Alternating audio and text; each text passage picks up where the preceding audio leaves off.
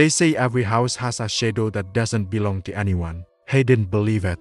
Until that shadow started calling his name at jam 2:13 menit AM. It began on a quiet night in a peaceful suburban neighborhood in Colorado. Ethan Walker heard a knock at his front door. Not once, not twice, but 3 slow, deliberate knocks. Boom, boom, boom. He grabbed his phone, pulling up the feed from his front door camera. Nothing. The porch was empty, bathed in the pale glow of the street lamp. Then, a whisper crackled through the phone speaker. A voice, distorted and cold, that knew his name. Ethan, open the door. Ethan's blood ran cold. He slammed his phone down and scrambled to lock every door, every window, his heart hammering against his ribs. He backed away from the entrance, eyes wide, searching the darkness outside. His phone buzzed on the counter. A text from an unknown number. It read, "Oh, why did you lock it?" His breath hitched in his throat. He couldn't breathe. He couldn't think. He risked a glance out the living room window, and he saw it. A tall, unnaturally thin shadow detached itself from a tree and glided across his front yard. It moved with a horrifying, fluid grace that wasn't human. His voice was barely a whisper, a prayer to an empty room. "Who are you?" The reply didn't come from his phone this time. It echoed from the hallway behind him, calm and terrifyingly close. "I'm already inside." The house turned against him. Lights began to flicker and die, one by one, plunging the rooms into a disorienting strobe effect. The television in the living room switched on by itself, blasting a wall of deafening static.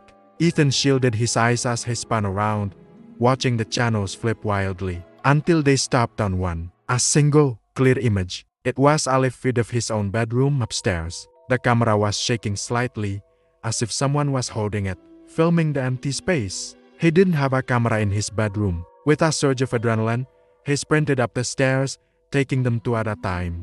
He burst into the room, ready for a fight.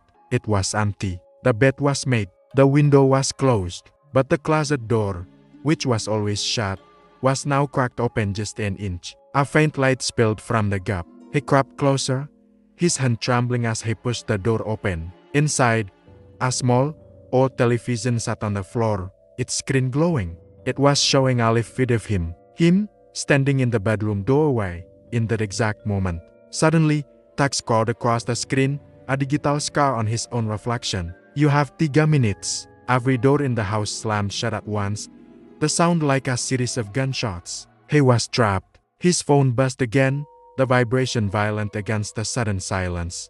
"Find the exit, or I'll find you first." Panic seized him. Ethan turned and fled, not knowing where to go, just needing to move. He scrambled down to the basement, the air growing cold and damp. Metal tools lay scattered on the floor, glinting in the dim light. Then he heard it. Footsteps, directly above him. Slow, heavy, deliberate. Thump, thump, thump. They were walking from the living room, heading for the basement door. And then, the lights went out. Total darkness. A single, red emergency light flickered on, casting long, monstrous shadows across the concrete walls. In the crimson glow, he saw it. A message scratched into the wall, the letters jagged and deep. "He wants you, Tiran." A sound behind him made him spin around. Sir, standing in the deepest part of the shadow, was a figure. Impossibly tall, long, spindly arms that nearly touched the floor. A distorted, permanent smile carved into a face cloaked in absolute darkness. It spoke, and the 2 voices came out at once, one a high-pitched whisper, the other hollow, guttural growl. "I've watched you for years." Acting on pure instinct, Ethan grabbed a heavy wrench from the floor and lunged, swinging with all his might. His weapon passed through empty air. The figure dissolved with a sound like radio static, and he was gone. His eyes darted around the basement, searching for an escape. Behind a set of old, dusty shelves, he saw the faint outline of a door he'd never seen before. He shoved the shelves aside and clawed at the hidden latch. A ladder led up into the night. He crawled out, gasping for the cold, clean air, his body shaking uncontrollably. He was in his own backyard. He was free, but as he stumbled toward his car, he saw a piece of paper tucked under the windshield wiper. He picked it up. 5 words were printed on it.